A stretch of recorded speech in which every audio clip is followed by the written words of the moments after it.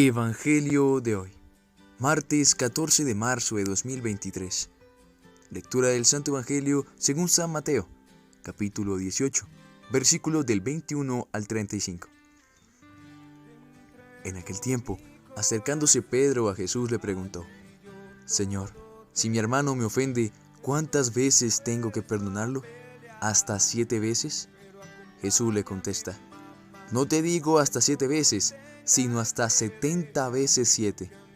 Por esto se parece el reino de los cielos a un rey que quiso ajustar cuentas con sus criados.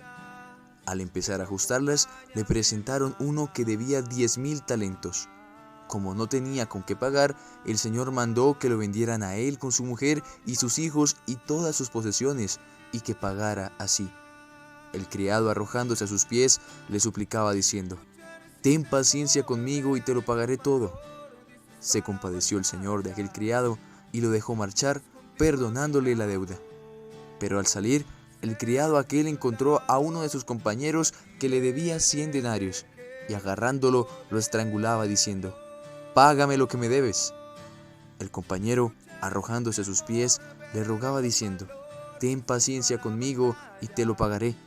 Pero él se negó y se fue y lo metió en la cárcel hasta que pagara lo que debía. Sus compañeros, al ver lo ocurrido, quedaron consternados y fueron a contarle a su señor todo lo sucedido. Entonces el señor lo llamó y le dijo: Siervo malvado, toda aquella deuda te la perdoné porque me lo rogaste.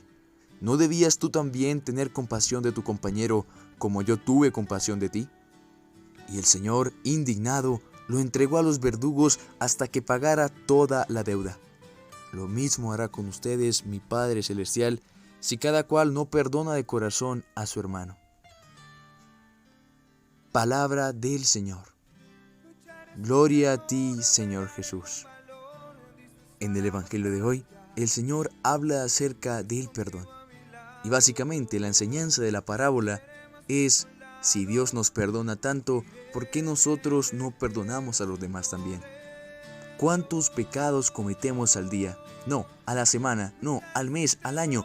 ¿Cuántos pecados cometemos en toda nuestra vida? Y el Señor los perdona. Ahora, si a nosotros nos ofenden, ¿por qué nosotros no perdonamos a aquel que nos ofendió? ¿Por qué mantenemos el rencor? ¿Por qué mantenemos el odio? Y sí, no siempre es fácil perdonar. No es fácil perdonar el asesinato de un ser querido. No es fácil perdonar una traición. No es fácil perdonar una infidelidad.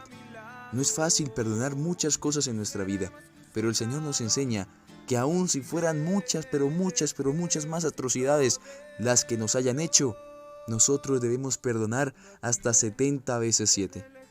Y no nos lo tomemos literal, porque luego llegamos y decimos: ya he perdonado 70 veces 7, entonces ya no perdono más. No, el Señor lo que trata de decirle a Pedro es que no hay que limitar nuestro perdón, no hay que limitarlo a un número en específico, sino que podemos perdonar muchas veces, y lo mejor es perdonar todas las veces. Porque si no lo hacemos, bien dice el Evangelio, lo mismo hará con ustedes mi Padre Celestial, si cada cual no perdona de corazón a su hermano. La parábola dice que aquel señor mandó a aquel criado a los verdugos hasta que pagara todo lo que le debía. Entonces sí, después de nuestra muerte el Señor nos juzgará de acuerdo a nuestra compasión y misericordia en esta tierra.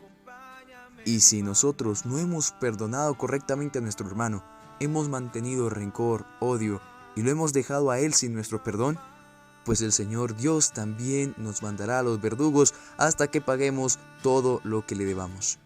Es decir, llegaremos no al cielo, sino que pasaremos primero por el purgatorio, purificando nuestra alma, para luego sí entrar en el reino de los cielos. Pero esto no debería confortarnos. El pasar primero por el purgatorio y luego llegar al cielo no es a lo que debemos aspirar. Debemos aspirar directamente al cielo, entrar directamente como los santos a la presencia del Señor. Y quizás tenemos este pensamiento de que al principio pasaremos sí o sí por el purgatorio porque creemos que no llegaremos a ser realmente santos. Pero tanto tú como yo estamos llamados a la santidad y podemos llegar a ella. Y no, aquellos que se conforman con llegar al purgatorio y pasar al cielo, no crean que serán solamente unas horas o unos días de sufrimiento. Quizás sean años, quizás sean milenios, quizás ni siquiera podamos medirlo en nuestro calendario, porque el tiempo de Dios es diferente al nuestro. Y quizás hayan almas atrapadas en ese lugar desde hace más de 2000 años, pero nosotros no sabemos. Solo sabemos que el tiempo de Dios es diferente y que el purgatorio es un lugar para purificar, para poder luego llegar completamente limpios a la presencia de Dios. Que conforme la gravedad del pecado sea mayor, el tiempo en el purgatorio también lo será, pues para quitar una mancha más grande hay que echarle más jabón. Para reparar el roto en una camiseta se necesita más hilo. Entonces, para purificar y limpiar el alma de un pecado que le haya manchado más, se necesita más tiempo ahí. Y muchos se preguntan, ¿pero por qué sufrimiento? ¿Por qué el Señor usa ese método para purificar las almas? Y es que el Señor no la usa solamente en el purgatorio, la usa también en nuestra vida cotidiana.